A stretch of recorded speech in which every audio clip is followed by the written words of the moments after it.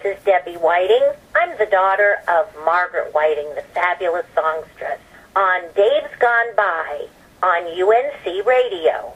Welcome, shalom, everybody, on this fine Saturday morning to the Daverhood with me, Rabbi Sol Solomon, the spiritual leader and founder of Temple Sons of Bitches in Great Neck, New York. And I am so excited and happy to be talking to the daughter of some very wonderful musical people. The daughter herself hasn't done anything, but oh my God, the family, all the things and the stories she can tell. First of all, about her dad, who was music arranger Lou Busch, a.k.a. Joe Fingers Carr, who worked with everybody from Dean Martin to Peggy Lee to Sinatra. I mean, oh my God. And her mom was the wonderful cabaret songstress Margaret Whiting, who was on TV in the 50s and all over the place and then doing cabaret for years in New York. And she's the granddaughter of a pretty important American songwriter, too, Richard A. Whiting. And it's a whiteout here in northern Colorado, despite the snow we had earlier in the week. And we're happy to have Debbi Whiting with us on the telephone. Shalom, Debbi. Shalom, Rabbi. Oh, thank you. It's so good to hear your voice. How are you this fine day? Well, I'm just brilliant today, and I'm having a great time. And thank you so much for calling me, and thank you for including me in your wonderful show. You know, there's a lot of talk about you on the island of Long. The island of the people. And it's amazing. You're telling me people are talking about me, Rabbi Sol? Yeah, absolutely, about your radio show and how fabulous it is. Well, that's just very... Because usually people only talk about me to denigrate me or say anti-Semitic slurs or I owe them money. Usually all three are connected, as a matter of fact, but we don't need to get into that. What we need to get into is your family tree, your lineage, your history. Tell us, first of all, about your grandfather, Richard A. Whiting, and may I call him Dick? Yes, you may. Okay. Tell us about your Dick, please. Yes. Go ahead. Go. Richard Whiting was a songwriter. He was the composer of many, many songs, and he had a great life. He wrote for movies and musicals, and I'm sure you've heard of Hooray for Hollywood. Hooray for Hollywood. It's one of the songs I know the first line from, and I admit I don't know any. I got another one for you. How about this one, Rabbi? I'll try on the good ship Lollipop. On the good ship Lollipop, the kosher thing. Yeah, again. What's your day job, Rabbi? I know, I'm sorry about it. What other songs did Richard A. Whiting write?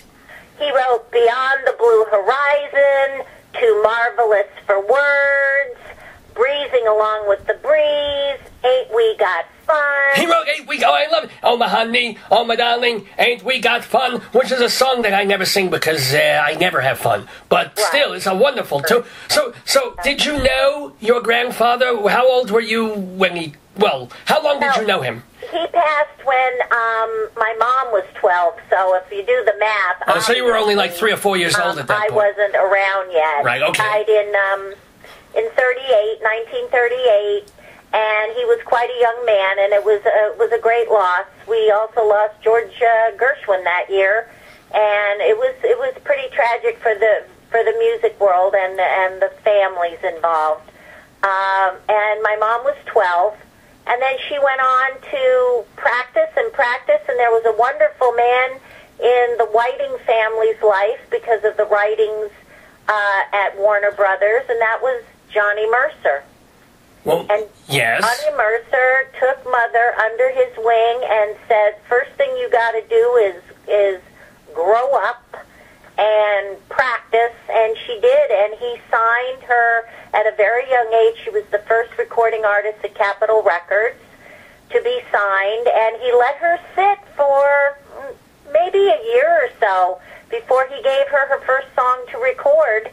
And she was ready, and he gave her My Ideal, which my grandfather also wrote. So her first hit was a song written by her father, and it was just it was a wonderful experience for her. That's really keeping it in the family. But you might also want to tell people some of the songs, if you know them off the top of your head. What songs did Johnny Mercer write, just so people know who he was? Okay, well, I guess we could start off with Moon River. Moon River, polluted and dark, somewhere in Newark. Yeah, okay, and? Oh, my God, The Days of Wine and Roses. Yes, there's so many. The Days of Manischewitz and Weeds, okay. And whatever. Yeah, right. Okay. A ton of songs, believe me.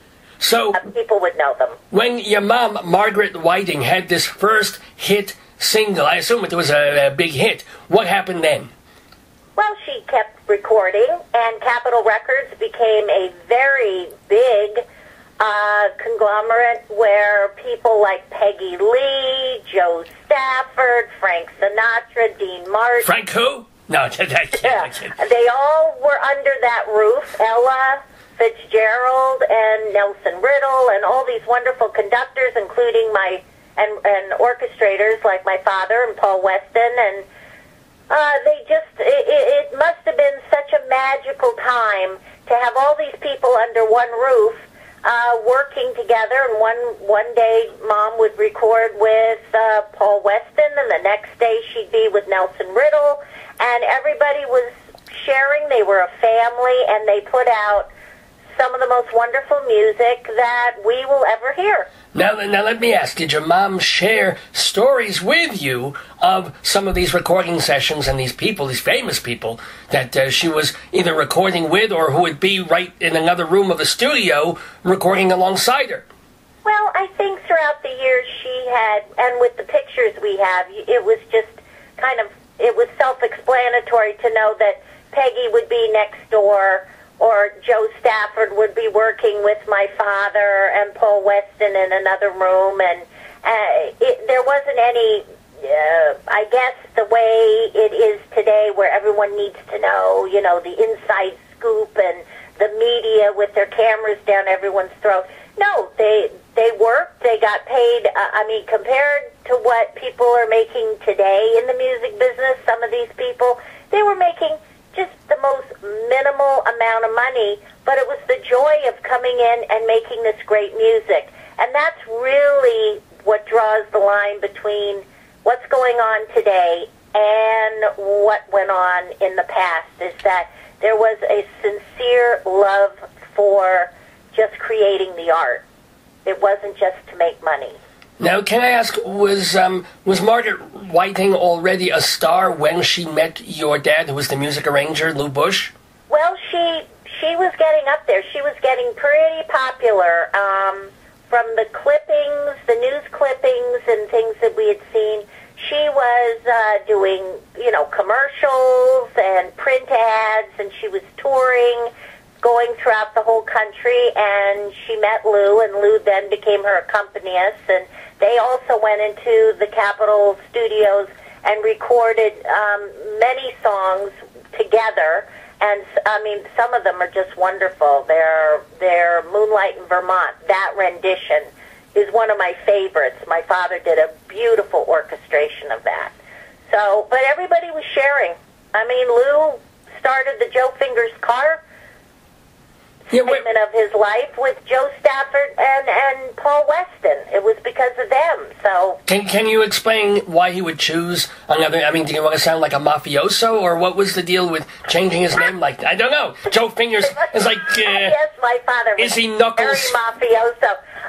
He knew how to play. He'd been playing the piano since he was like 5 years old, and toured with what they called sweet bands back in the 20s and the teens, back in the 1910 and not 1910, 1918 into the 20s. He toured with what they called sweet bands, and they would go from city to city and play for certain venues, and people would come in, and it was kind of a depressing time then. If you remember, we had the Depression and all this, and he'd play. I'm old. I don't remember the Depression, I have to say. I'm not that old. You read about it. Right, yes. Okay, and people would pay money so that they could escape from their daily problems. So the musicians were doing quite well. The whole world, I guess, was falling apart. But my dad said that it was pretty good for him, but he learned how to play very, very well. And from touring around the country, how to play ragtime. And so one day, Paul Weston came up to him and said, Joe's doing Ragtime Cowboy Joe, which was a very popular song of hers. We need someone to do ragtime on the piano. Could we ask you to do it? And they wanted, he said, of course, and they wanted to give him a stage name to give him credit. Okay. So they said, we're going to call you Joe, Ragtime Joe. And he went home and completed the rest of the name and went into a studio, and he made, 16 to 20 albums throughout his career playing ragtime. He was a big hit. It took off. So that's how that. Okay, very cool. That's what you did. Now, Rabbi, I got a question for you. For me? Oh, what?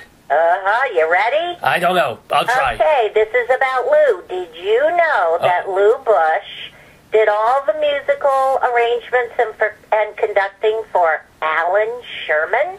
Yeah, I had an inkling, basically, because that was in the publicity materials that you said that. So I would not have known. Although there is a little bit of a fib there. When you say that he wrote the music for "Hello Mother, Hello Father." He did not write. That was a classical song that was adapted. He may have arranged it, but I don't think he wrote that song. Well, what happens when you take a song like that, Dance of the Hours, and right. What they did was add words to it. They created a new piece. Well, yes, Alan Sherman, but I assume Alan Sherman heard the classical song, da-da-da-da-da-da-da-da, things are fine at Camp Granada, and then your father arranged it. He arranged it, but then Alan shared the copyrights with Lou. That's very nice. Oh, because that was a monster hit. It was the biggest hit Alan Sherman ever had, and it was still classic. Huge. And Alan and Lou got along great. And every night my father would come home, and he'd have new Yiddish words to teach me. Oh my goodness! So he learned all these Yiddish words from Alan. So he'd come home and he'd be saying, "Guess what this means? Guess what this means?" And I'd be sitting there having dinner, and I had to learn. Little did anyone know I ended up in the fashion industry for 40 years. So I got to put some of the words to use. That's right. Like, hey, you schmuck, don't put the dresses over here. What's the matter, you verkackte idiot? Yes, exactly. Okay. Right. Wow. But you guys are not actually Jewish. None of you. Lou Busch was not Jewish. He was just learning Yiddish from Alan Sherman, who was... And I was Jewish by occupation. There you go. There you go. And what did you do in the fashion industry for all those years? What I didn't do. How's that? Good? Is that good? Okay. I managed showrooms. I shipped goods to stores. I helped create garments. I helped everything. I mean, from soup to nuts. It was my profession for most of my life. Now, I loved it. It was wonderful. Oh, that's wonderful. But I'm a little curious. Since so many people in your family were music-oriented, was it the fact that you figured you didn't care for it, you can't sing? Why didn't you go into music or try to first before choosing fashion? I always did like music, and my father didn't want me to go into the business as a child. He wanted me to have as normal of a life that I could. So he sent you to the garment district? He saw too many disasters. So when I started working, I got a job. When I got out of high school, I went to college, and I started working. And where does a young girl work? And, you work in a clothing store. Oh, okay. And one thing led to another. I was a sales girl, then I became assistant manager, and then I went over to wholesale, because I can get it for you wholesale. Okay. Very good. And then I loved the whole idea of constructing a garment, putting it together, selling it to the store, and then going into the store and seeing it hanging there. There was something really exciting about that. So I stayed in the business for 40 years. Well, who knew that fashion would take such a turn in the past 15, 20 years of becoming as big as a celebrity thing as music is? Yeah, the Garment Center is pretty sad right now. It used to be in Manhattan, it used to have the most employees were employed by the garment industry from soup to nuts, talking about jewelry, accessories, furs, everything, the menswear and ladieswear, children, everything. The whole industry had the most employed people in Manhattan, and it's just not so now. And the ironic thing is, I have several friends in the music business whose publishing companies now occupy in the areas where the garment center people were. That's interesting, but what I don't get is, with fashion so enormous now and is covered so minutely on television, from America's Next Supermodel and Top Model and this and Joan Rivers on the red carpet, why isn't the fashion thing? Is it just because it's so much cheaper to sew things in Cambodia? Import, okay. Mm-hmm. They do it all overseas, and then which you can't really do with music unless you're like Psy from Korea or something like that. Exactly. But the problem we have in the music business is we've got, as far as I'm concerned, and I do preface what I'm going to say with, this is my opinion, okay? All right. And it may stir up a little controversy with some of the younger listeners, but the regard of thinking that music should be free is not really a view that I take quite lightly. It is an intellectual property. It is something that is created. It can become tangible if you record it or print it or whatever, however you want to put it on a film. It becomes tangible. It is a property, and it should be regarded as somebody's property and should be respected and not stolen. And that's exactly, I'll make that real simple. And I don't want to get into that because right now we want to talk about good things, but well, speaking of point about the music.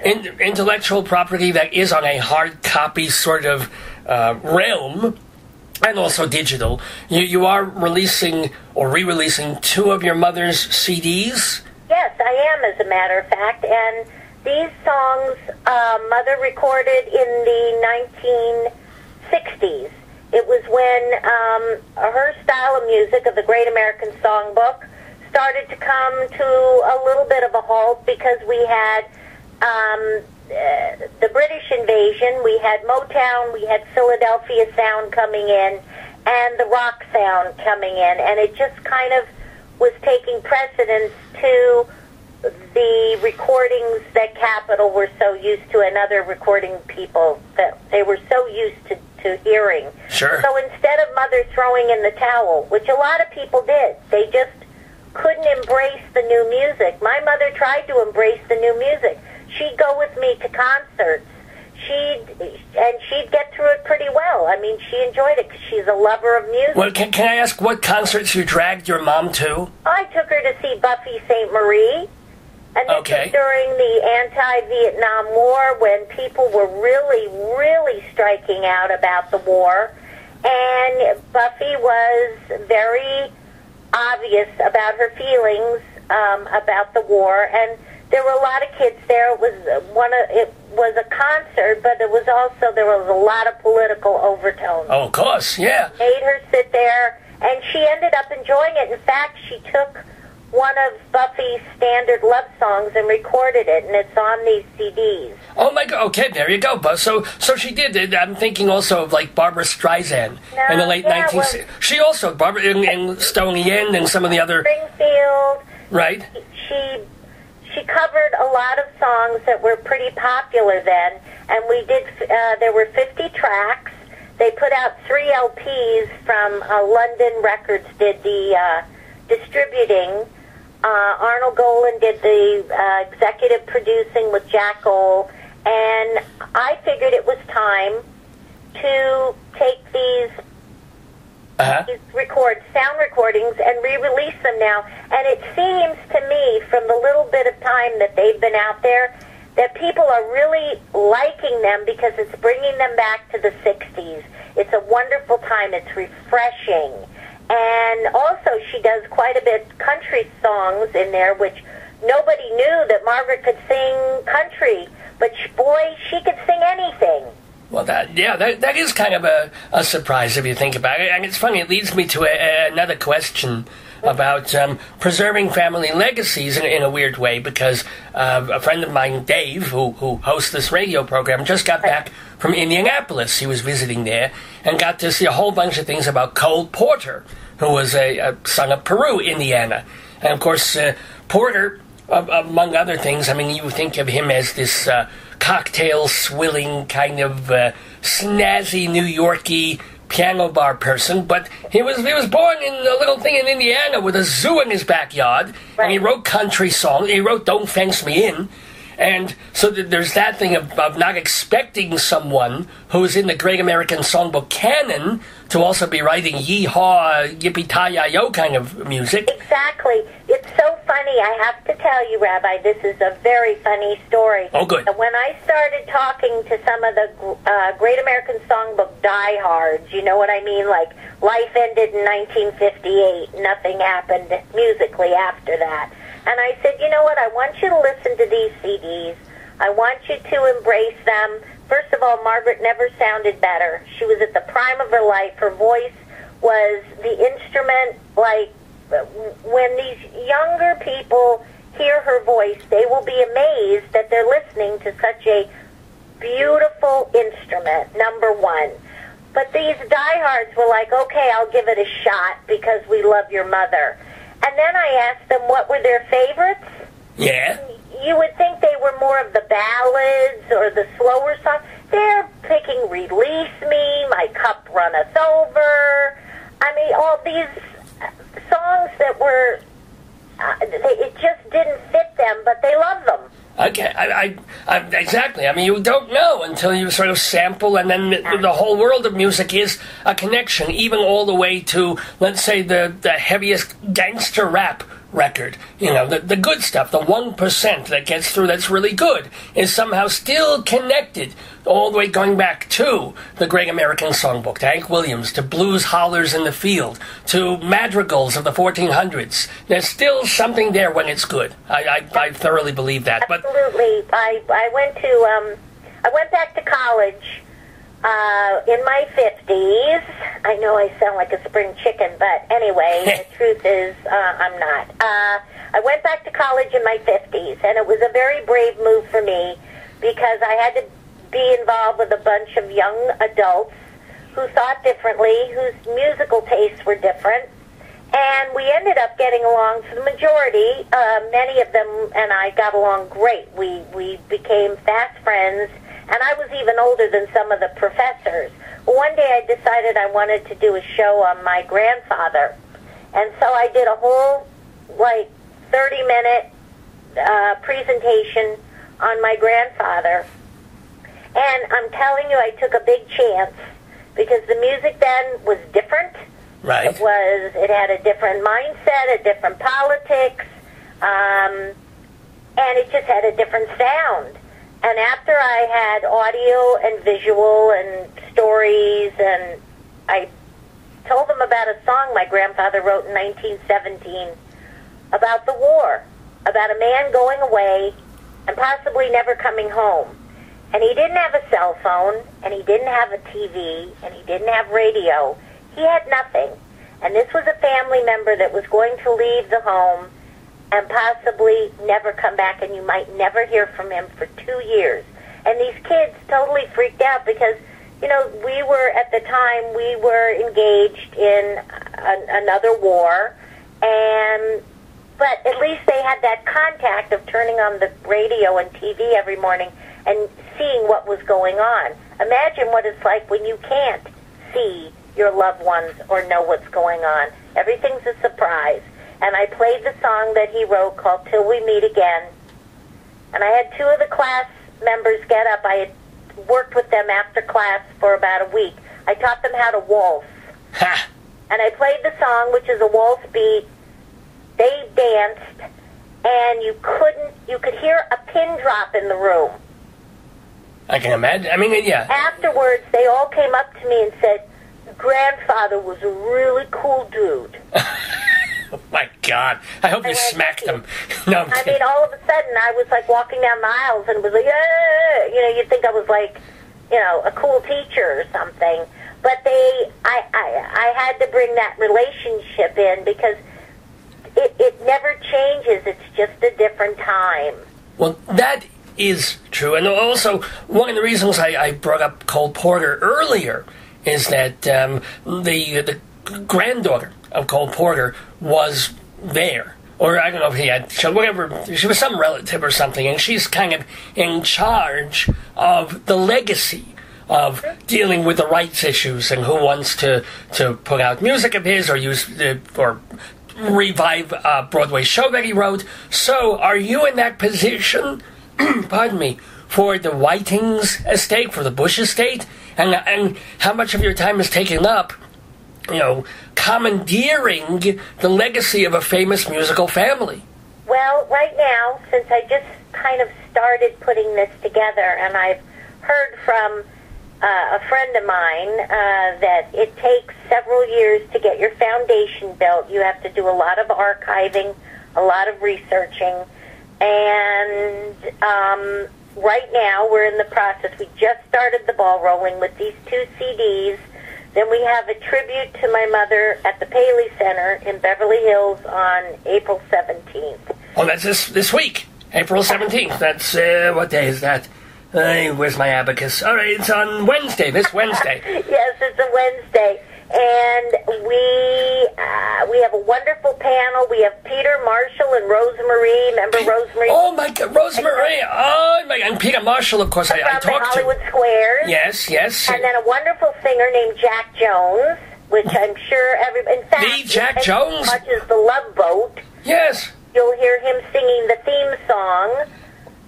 We also have a wonderful singer named Amanda McBroom, and I'm sure a lot of your listeners saw a movie called The Rose with Bette Midler. Right, yes. Well, she wrote the song. Oh, there you go. So, yeah, but no, I've heard of all of these. Jack Jones is still performing. I think that's one. And Rosemary, how is Rosemary, for crying out loud? Rosemary is just wonderful. When my mom started to fail with her health, Rosemary was a devoted friend and called all the time, and she was very maternal with me. And in fact, she was the first person I called when my mother passed on. I wanted her to know, and she was very sad. So since then, I've gone out to California several times. We make it a point to see her, just like you would a family member. Of course, yes. And we go out there and we see her, and she is just so loving and dear. I couldn't be luckier to have her in my life now. And so I asked her if she would participate in this, because she toured with Margaret within a 19-year period. They did 4 Girls 4, which was a great show with Rosemary Clooney and Helen O'Connell, where they did all their great hits, and Rosemary did comedy, and it was a great show for people to, come and reminisce about the days when this was their important music. Wow. Is Rosemary relatively healthy? I forget. She's in a wheelchair, right? Is she in a wheelchair? But boy, oh boy, if she wasn't in a wheelchair, you'd have to stay with her, because she's going. I think she just did some Garfield cartoons where she plays a character of a witch. Oh, my God. So anyone who's going to watch the Garfield, she's the voice of the witch, and she's having a ball. She's having a ball doing it. Now, let me ask you one thing. You mentioned the passing of your mom, which was in January of 2011, about two years ago or so. Yes. Since you were so close to your mom, and she lived a very long time into your life, how has the grieving process been over the past 2 years or so? What was that like when you finally lost her? Well, first of all, and I hope this is completely understood, there was a relief, because she had been sick for so long that you kind of say, the pain is over, and now there was a calmness. And to tell you the truth, I just got up and said, okay, my turn. Time to move. Time to get it together. And I think God played a very important part in this, because he looked down at me and said, I'm going to give you some wonderful help. And just by a matter of coincidences, I met this great gal named Kathy Brown. and she has completely turned this company around and is making it a very wonderful, wonderful thing. If you see the CDs, any of the artwork, the production of it, she's put together. She's just a gift from God. Can I ask you what are the names of the CDs, the London releases that you're doing of Margaret Whiting? Yeah. Well, what we did, we took 3 LPs and put them into 2 CDs and gave bonus tracks and additional songs. So there's a total of 50 tracks within the 2 CDs. And the first one would be called The Wheel of Hurt. And Wheel that of Hurt. 5 tracks. Sounds like when I go to my proctologist. All right, yes, and I'm sure you were going to run with that one. As I did. The Wheel of Hurt turned out to be a #1 hit for her, and it's a country song. Like, So there you go. don't try to explain it to me. Okay, no, I'm not trying to explain it to you. You explain it to me. You're the guest. Hey, I mean, like, who knew? And the second CD is called Maggie Isn't Margaret Anymore and Pop Country. So it's 2 songs put together, and they're beautiful pictures of her on the cover of both of the CDs. Now, let me ask also, we haven't even mentioned this, people can go to margaretwhiting.com to purchase all of these things, right? Don't get them for free, ladies and gentlemen. You'll get an earful from really Debbi Whiting. Will get an earful, oh, yeah. But that's okay. Then I'll just come and take something of theirs. That's how it ought to work. Fair. A revised barter system. You know, you steal music, and then they come into your house and take stuff out of your fridge. Now, here's something I do have to ask Debbi Whiting. You have only one mother. Well, had only one mother, but you had, on some level, 4 fathers. Your mother was married 4 different times. What was that like? Well, I had a lot of names to memorize. So the very first one was prior to my dad. He was a producer, so I never knew him. Okay. Then you had my dad, and then 2 marriages after. Well, all right, yes. So it's her life, and I really, I gave her a lot of space, and because I was in a different industry with a different mindset, living a different life, it was like, you do your thing, and I'll do mine, and we'll see each other on the important days, and we'll share some private time together, mother-daughter, and life goes on.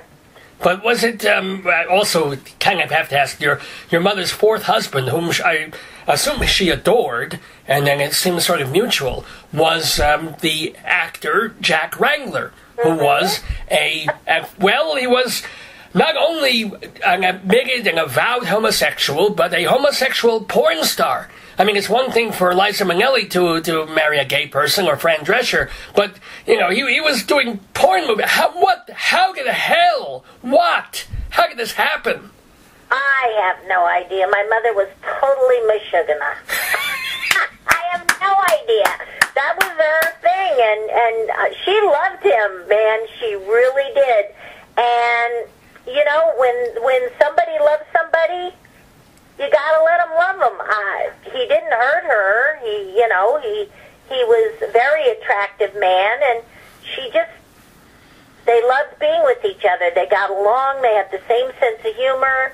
He was, that was in his younger days. Later on, he did some directing. He did some writing. Yeah, he got into theater afterward, which is not unusual for a gay man, but still. Loved the theater. He always had loved the theater. That was really where his heart was in the beginning. Yeah, but his penis was elsewhere. 60s and 70s, there was a whole change in society, and, it is what it is. But he really did love, he took her to the theater, they saw shows, they did shows together, so this was something that she really liked. She couldn't get it from me because I was in the garment industry. Well, no, although you were 3 blocks away from the industry. I mean, I would share with them, but I definitely had my own life and my own friends, and everything was great. I mean, you just have to learn to do that. I'm not saying every day was rosy. There were some head bumping, But that's... Rather ill choice of phrase considering his profession at first, but okay. Yes, I don't know what that means. That happens with every family. I know. Say, by the way, do you have children? No, I do not. Are you kidding after all these stories? Want to have kids? Well, I don't know. And, please. Well, then can you share some of the stories that you experienced having gone to see your mom playing in clubs and cabaret? And have you had any run-ins, encounters with famous singers or celebrities? Oh, well, every day I'm involved with somebody. Since I've been taking over Mom's job as being the cabaret queen, and I'm not saying I've taken that job over, I am very interested in seeing new entertainers, promoting them. The ones that I like, I really try to spread the word around, and this is what Mother was doing in New York.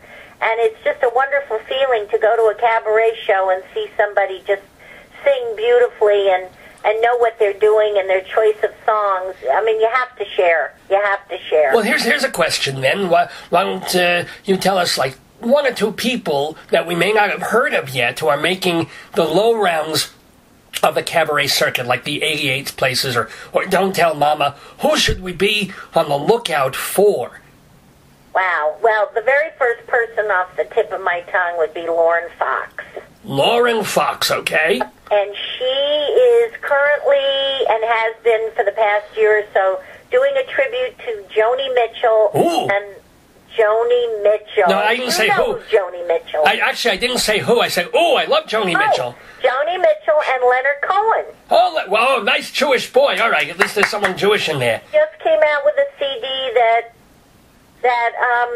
she does a tribute to both of them, because their lives intermingled, so it's a lovely story. Well, they were stooping for a while, and they were very close. They were stooping. And they were both Canadian. And let's see, then there is a new young lady named Marissa Mulder, Mulder. Yeah, she's been around for a little bit. She's been doing the cabaret thing. She just did a tribute that Lauren directed on... she did a whole evening on Tom Waits. Oh, my goodness. But see, you're moving away from the so-called great American. You're talking Joni Mitchell and Tom Waits. Generation, I hate to tell you, I'm entitled to love my music also. I'm a product of the 60s, and I embraced Joni and Leonard and Tom and all the people from the Canyons and Tim Buckley. Oh, my God, yes. I embraced them. This was my generation. This was the music that I was weaned on. I also got the opportunity to listen to all of Mother's wonderful records and Broadway show music and everything. But her father told her, the one thing in life you must do is embrace and appreciate all forms of music. I totally, well, maybe not polkas, but everything other than polkas. Polkas are great. Well, all right, they can, yes, sing in a wedding or... All right, anyway. In an airport, perhaps. So she kind of instilled that in me. And so every day when I get up, I don't know what I'm turning on. I'll either have some classical on or jazz, or I'm going to go right into, like, something, Pearl Jam, which is one of my favorite groups, 9 Inch Nails. I mean... Wait a minute. Oh, my God. I can't... I mean, I'm sorry, but... No, I think it's funny. Well, then again, Johnny Cash, doing Hurt, right? Exactly. So...